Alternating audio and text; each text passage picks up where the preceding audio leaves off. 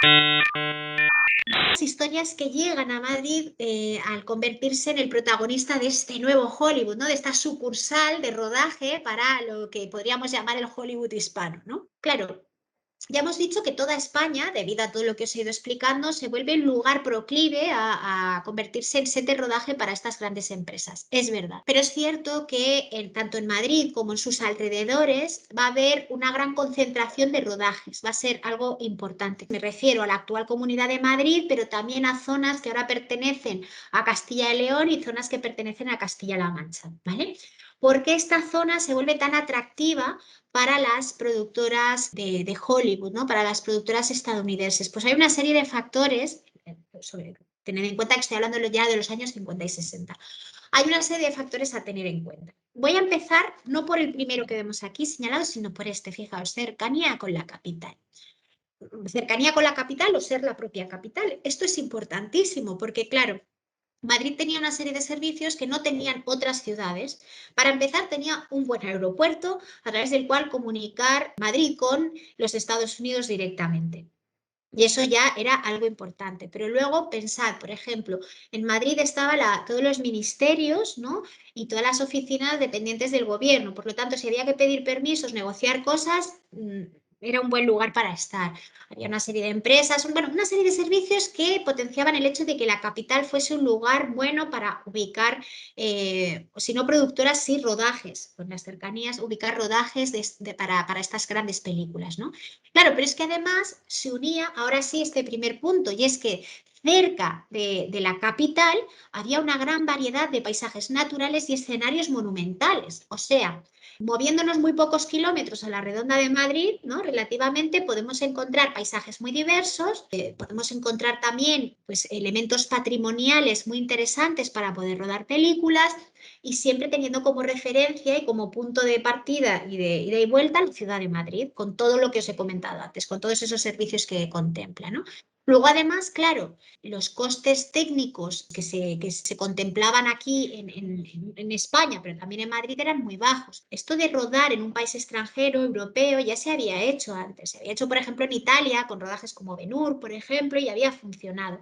Pero es que en España una de las características es que éramos muy baratos, éramos muy baratos. Una película rodada en España podía ser un 50% más barata que rodarla, por ejemplo, en Estados Unidos. Así de baratos éramos. Claro, aquí el nivel de vida, los sueldos eran muy bajos, muy bajos. Es que estábamos sobre todo en los 50, se estaba saliendo de la posguerra, o sea, es que es lógico, ¿no? Y luego además extras, pues se podían conseguir extras de manera gratuita, pero si ya solo el espectáculo que suponía grabar ya hacía que la gente, ¿no? O sea, entonces eso bajaba muchísimo los costes, ¿no? Los costes técnicos y de rodaje. Además, pues después de lo que os he explicado, obviamente al principio conseguir permisos de rodaje era más complicado, pero cuando ya cambia la relación con Estados Unidos, conseguir permisos de rodaje era relativamente fácil en España. Y luego es un país que tiene muchísimas horas de luz, que tiene muchos días de luz al año.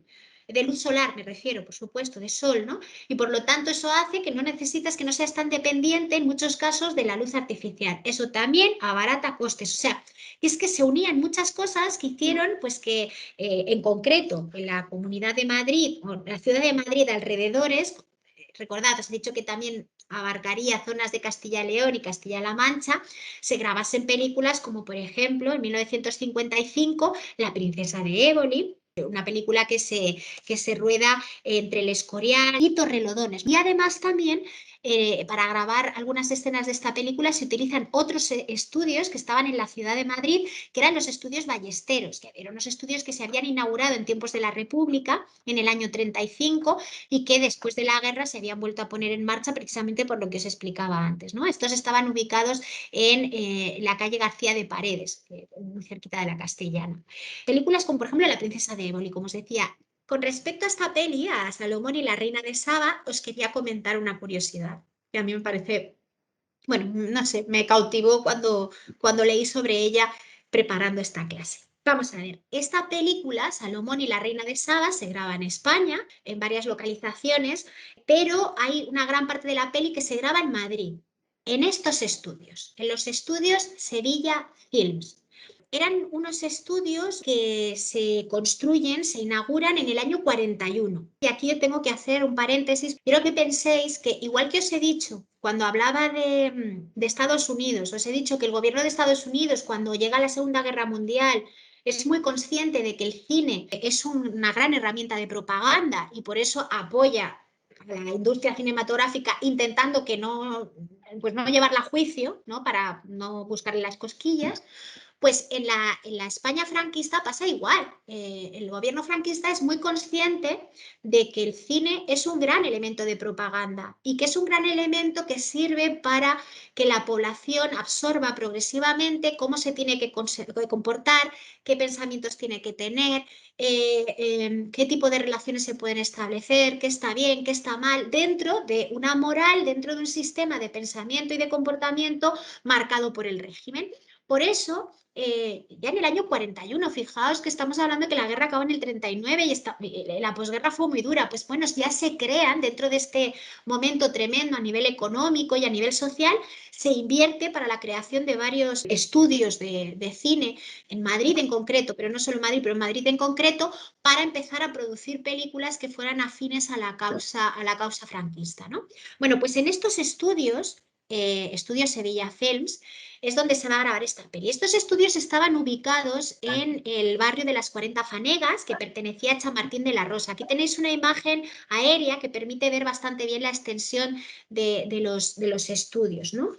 Hoy en día os he cogido una imagen en el Google Maps para que me veáis más o menos dónde estarían, pues en la avenida Pío XII, en el número 4. Eran unos terrenos que pertenecían a Andrés Soriano, que los convierten en estos estudios en el año 41 y pues son estudios que tienen 6 platós, edificios para decorados de exterior y de interior. Obviamente hay bar, restaurante, oficinas, en fin, eran estudios bastante amplios con bastante capacidad.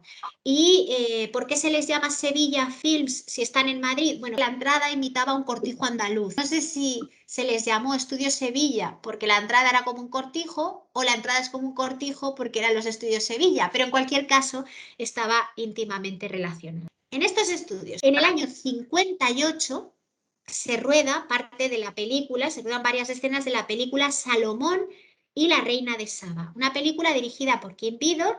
Y fijaos, vemos este cartel ya del año 59 en el que aparecen como protagonistas Gina Lollobrigida y Jules Briner, ¿vale?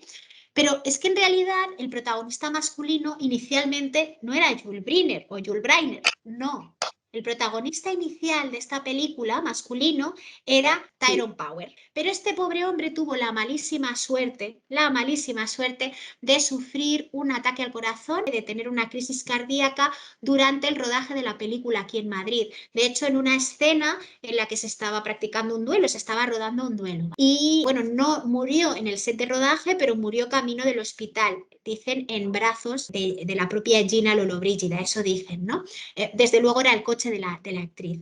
Claro, esto fue, imaginad, muere vestido del rey Salomón, que esto es como todo es súper novelesco en realidad, ¿no?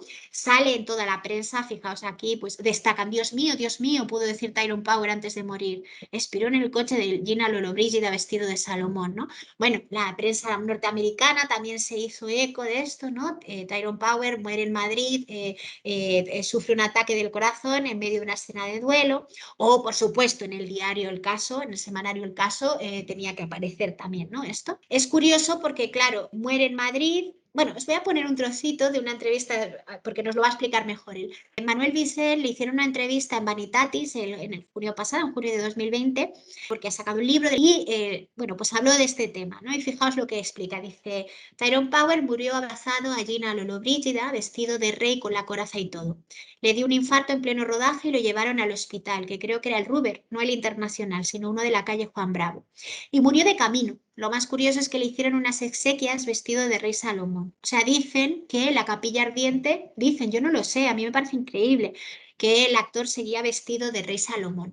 Desde luego, la capilla ardiente se ubicó, ¿no? Se instaló en terreno americano y aquí el terreno americano era la base aérea de Torrejón de Ardoz. Así que fíjate qué cosas tiene la vida, ¿no?